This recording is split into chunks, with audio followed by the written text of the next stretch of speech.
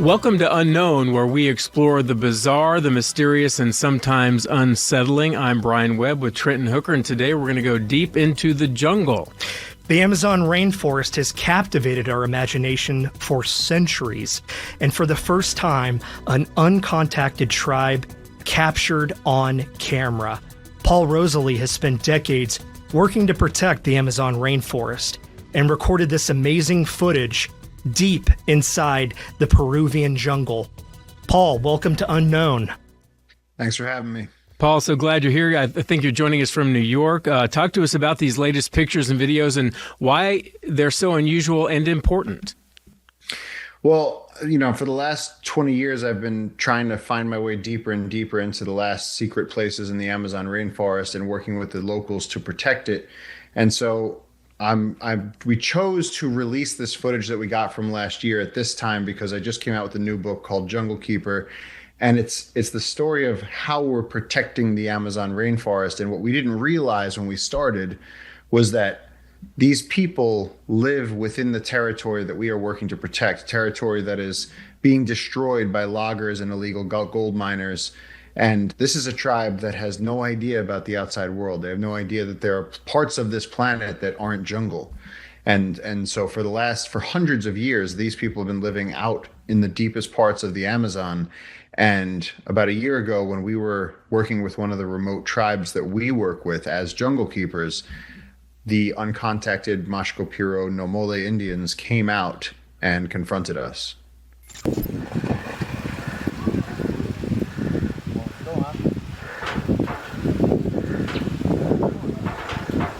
Paul, can you talk about those moments where you received that first phone call with your organization, JungleKeepers, where there were the indigenous rangers that you work with, where they first told you, "Hey, boss, we have something going on here. The people are coming out," and how you responded to that?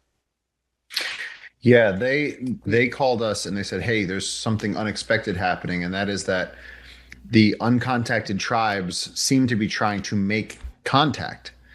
And they said, as directors, we would like you to be here. And so we showed up, and sure enough, on the beach across the river from us, this tribe came out of the jungle holding 6-foot bows with 7-foot arrows, completely naked except for some rope around their waist.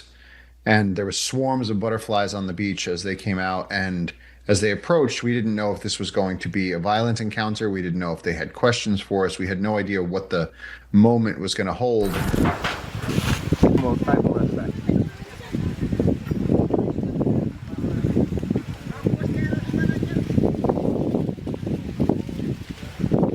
have bows and arrows.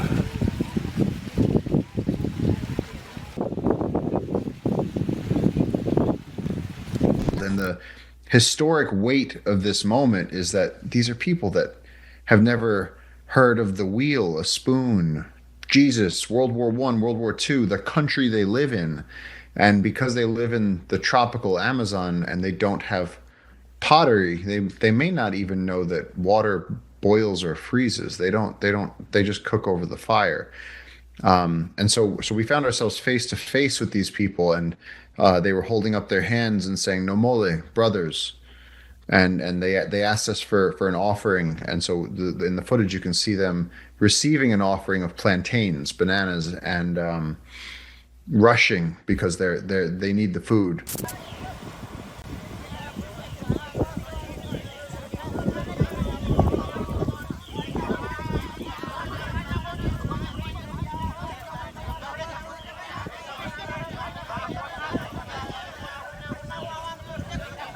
We were faced with sort of this window in time, almost like a time machine. We're seeing what humans were like, maybe 1,000 years ago. So fascinating, Paul. I've been fascinated by this as a kid. I mean, I'm like, you mean there are groups of people who don't know about planes, trains, and automobiles and all the rest of it? So it's just amazing that you ran into them. You said an offering. Did you feel like they were in trouble somehow, needed food, needed help in any way? I think that their nomadic lifestyle is the product of a centuries-old tragedy, which is the rubber boom, where during the Industrial Revolution, the rubber barons went to the Amazon and enslaved the local people to get them to tap the rubber trees. And so since that time, these tribes have been trying to stay away from outsiders. And so they are fearful of the loggers, the gold miners, outsiders, and they communicated this to us. They said, "Who's cutting down our trees? And how do we tell who are the good ones and the bad ones?" They said, "Because some of the outsiders are cutting down our giant trees, and we want it to stop." And so it was quite a monster of a moment, hearing these people come out of the jungle, and their only message was, "Please stop destroying our home." Paul, if you could touch on a little bit too, your knowledge with the Amazon and certainly the jungle there, and the sensitivity of these people that are uncontacted and the encounters. What was going through your mind as you arrived in this small village, and you're waiting this anticipation of, could they come out and they first appear? What's going through your mind of, is this going to end with hostility, with bloodshed, or could it be something else?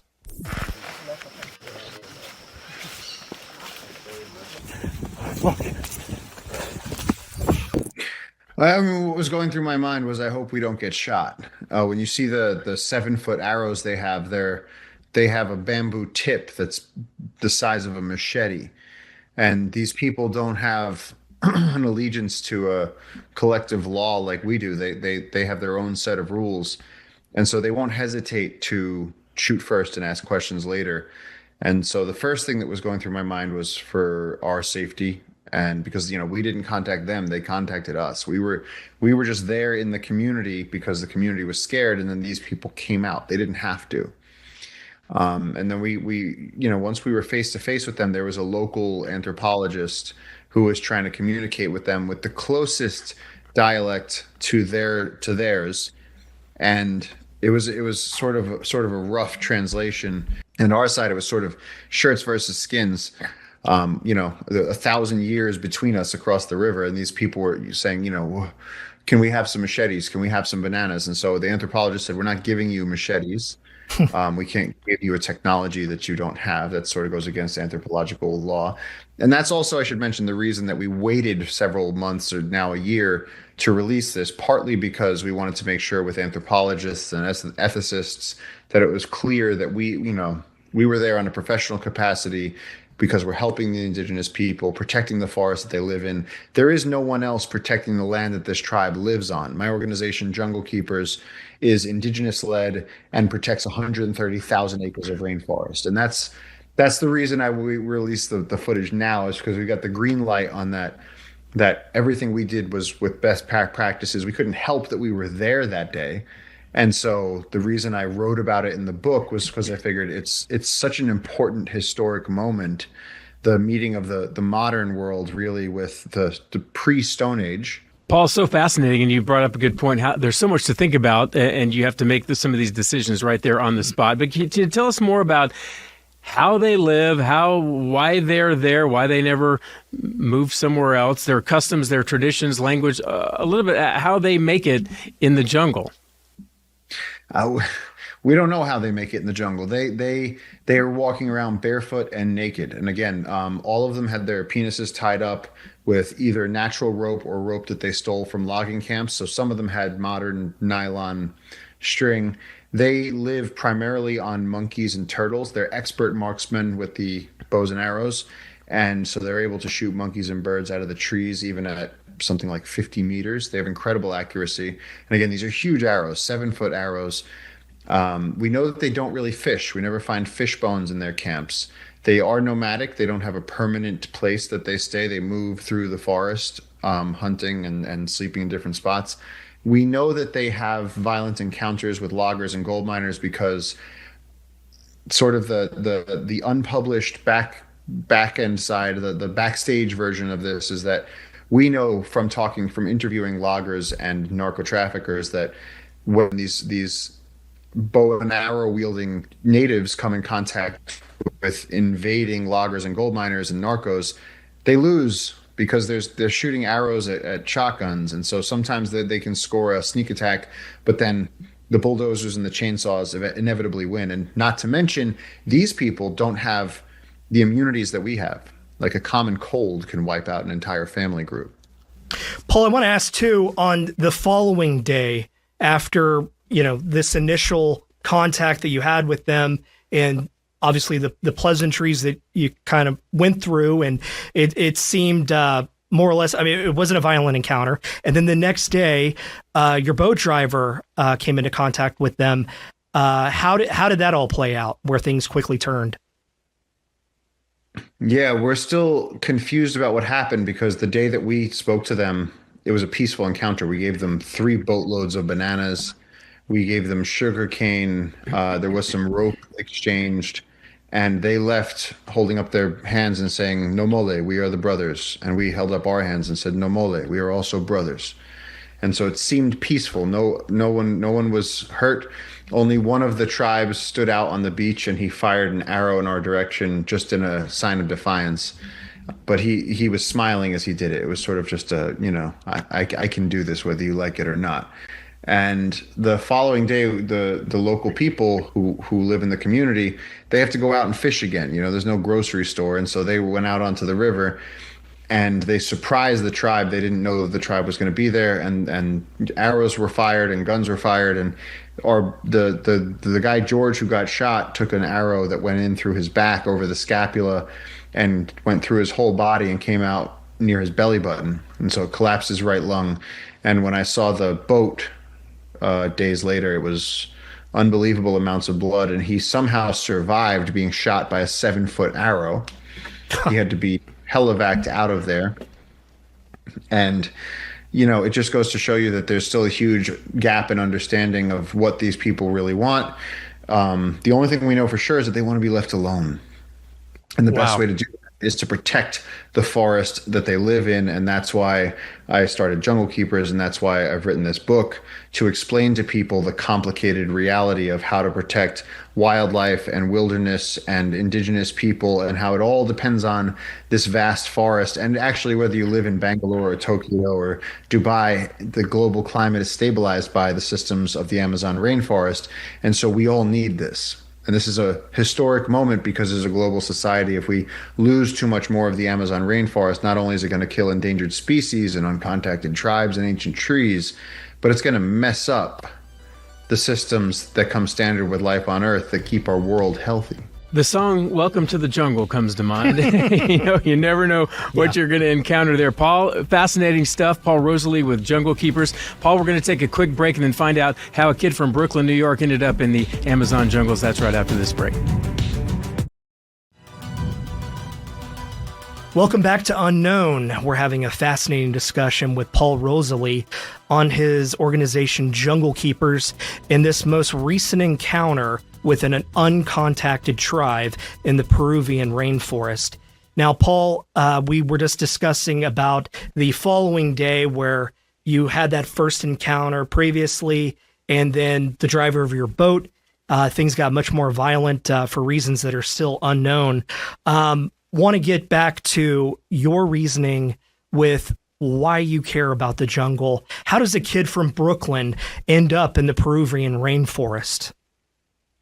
That's a great question. And my parents were wondering the same thing when I was growing up. Because, I was a kid that always loved the forest and streams and animals. And it was important to me that I said, wow, I can't drink from the streams. And, I can walk from end to end of a state park. And nature was always something that's sort of managed and controlled. And I wanted to go somewhere where I could still find nature that was, it used to be that there were small tribes of humans in an ocean of wild. And now there's sort of an ocean of humans and there's little pockets of wild. And I wanted to go to the place where it's the old ways. And so I went to the wildest place I could find, which was the Peruvian Amazon. And that's what the book JungleKeeper is all about. It's about what would make a person do this. And then, you leave home on this journey to try and discover this personal need of, I want to go on adventures. And I went on adventures. We caught the biggest anacondas, and I met the shamans, and we went on 10-day expeditions with the natives into places that no one's allowed except for indigenous people. And I went on solos, and I learned all of this incredible stuff. And then somewhere along the way, we saw smoke on the horizon, and the wildest place on Earth was being cut down. It's the conquest of paradise. And somewhere in my mid-20s, I realized that there's no help coming. It's either we were the only ones out there. We were days from civilization in this really remote jungle that's been growing since the dawn of time. And that's what the book focuses on, is that sort of message of, well, sometimes you realize that the only thing that's going to, if anyone's going to do anything, it has to be you. They say if you want it done right, do it yourself. Well, sometimes if you want it done at all, it's going to be you. Paul, do you wear a fedora and carry a bullwhip by any chance? Who told you that? Sorry, I had to throw that in there. Let me ask you, you've touched on it. How much do they know about us, and do our influences somehow reach them? Do they see an airplane overhead and go, what the heck is going on there? Do you know much about that? Where they live and where I work is so remote that there really aren't planes flying overhead. You don't see commercial flights. I've flown over it in the Cessna doing a biological inventory, but you don't see air traffic. People forget how big the Amazon is, and it's significantly larger than the lower 48 states. It's tremendous. And so you're talking about vast areas of wilderness with unexplored jungle, not to mention 50% of the life in the rainforest exists in the canopy. So along with the ocean floors, speaking biologically, the canopy of the rainforest has yet to be explored in a significant way. And so the people there that are still living out beyond the reaches of civilization, they don't have influences from us. What they see are the loggers and the gold miners and the explorers that have gone to the very farthest that they can go and sort of reach the end. And so they've only had these sort of fleeting, scared encounters with outsiders that are completely unprepared to speak to them in a responsible way. And so a lot of times it becomes violent. And so they've been conditioned that the outside means danger. And they're right. I mean, look at the Comanches and the Navajo and how many indigenous cultures have been wiped out over the years. And that's what's so inspiring about this, is that because we've started JungleKeepers, and that's what this sort of, launching this book at a time like this is telling people the story of, like, we don't have to lose our environment. We don't have to lose endangered species and pristine living out in the jungle just as they have for thousands of years. And all we got to do is protect their land and leave them alone. And it's the only thing they're asking us to do. It's really simple. Paul, I want to ask you as well, with the contact that these people have, as you mentioned, the historical context, just to further that out, with the rubber trade, then obviously with colonialism, all of those dark moments. But even today, where we're seeing people go out there, as you mentioned, with the illegal logging and illegal mining that's happening right in their homes, as well as around the world where other people are trying to contact unknown people that haven't met with the outside world. Coming to mind was, the 2018 incident in the North Sentinel Islands where the missionary went out and then obviously was killed by the people there. What is your message to people who want to explore the unknown regions of the jungle that are still out there, in context of what they might encounter with these people, and more importantly, your mission to protect those lands and keep them pristine? Well, I think there's a big delineation between what I'm doing, which, as the director of JungleKeepers, I'm working with the Peruvian government and the conservation leaders in the indigenous territories of Peru to save the rainforest. And we're doing that in a responsible, meaningful way by protecting 130,000 acres and working to protect a national park. And so we're doing this work to save biodiversity and to advocate for these tribal people in varying degrees of contact. The difference is what I don't want, and what we were scared of is, people see this footage and they go, wow, those are the last free people on earth. We should go find them. And it's like, they don't want that. You don't need that, and you will be killed. And your presence there could kill them, because you could bring in, a rhinovirus, cold, pink eye, so anything could wipe out these people. And so, the worst case scenario is that you get crazy adventurers or influencers going down there trying to be explorers. And you have to understand, this is a very serious, historically significant population of humans that is living in a way that preserves their culture and history and they have medicinal technologies that we don't know about because they're able to maintain, an infection-free life in one of the most competitive ecosystems on Earth. And so the most important thing to know about this footage is that there's a lot of context to it. That's why we released the footage with the book. And so the book is called JungleKeeper, and it's all about how the local people have asked me to help them protect the rainforest, and we've taken that message global, and we're trying to save this crown jewel, this wildest part of the Amazon. We are in no way frivolously just going out trying to find cool stuff. It reminds me a little bit, Paul, about the conservation efforts in Africa for the wildlife there. Are there any lessons you can take from that situation to maybe help in South America? And we've heard it's been such an uphill battle in so many of these places around the world to protect natural habitats and indigenous people. Do you feel like it's a winnable pursuit?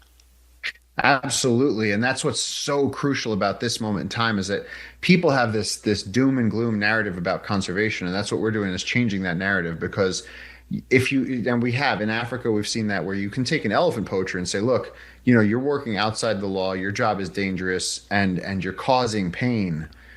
And if we just pay you a little bit more, would you be comfortable protecting the same animals that you were hunting? And more often than not, the answer is yes.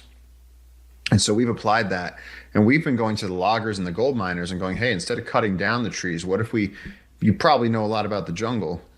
What if we paid you to protect the same area that you were just destroying? And they go, I would love that. And so if you find a way to better the lives of the local people, they will fight to protect their natural heritage. This is a story for anyone searching for meaning. A story about the defining issue of our time. The race to save the wildest places left on our planet. And that goes for this country, that goes for pretty much any country. The people care about having clean resources.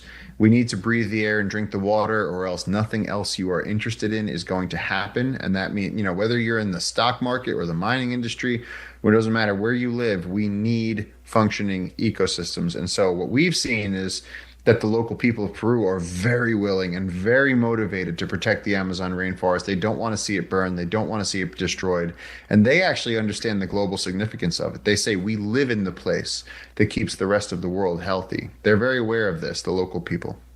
Paul, I want to ask you too, with the word that the tribal warriors first used, saying brothers, to communicate with you, and in that exchange that you also use with them. Having that experience that you did with them, how has that changed your perception about A, these people, but B, your mission, and with those takeaways of these are part of a larger family that we all have on this earth? Well, I think you said it right there, is that, we have to learn to think as a global society. And so these strangers walking out of the forest and raising their hand and saying, brothers, there's so many other creatures that we share this planet with. And people forget that. They forget that we're just one among many. There's reptiles, amphibians, birds, mammals. The oceans are filled with fish and whales and sharks. And the treetops are singing in the Amazon with billions of heartbeats. And there's just these skyscrapers of life, these ancient trees. And if we start to change the way we think, where it's not all about us, and not just in terms of species, but also in terms of time. Jane Goodall, who was a mentor of mine, she made it possible to do all this work. She's the reason I was able to write a book, and she's the reason I was able to start this organization.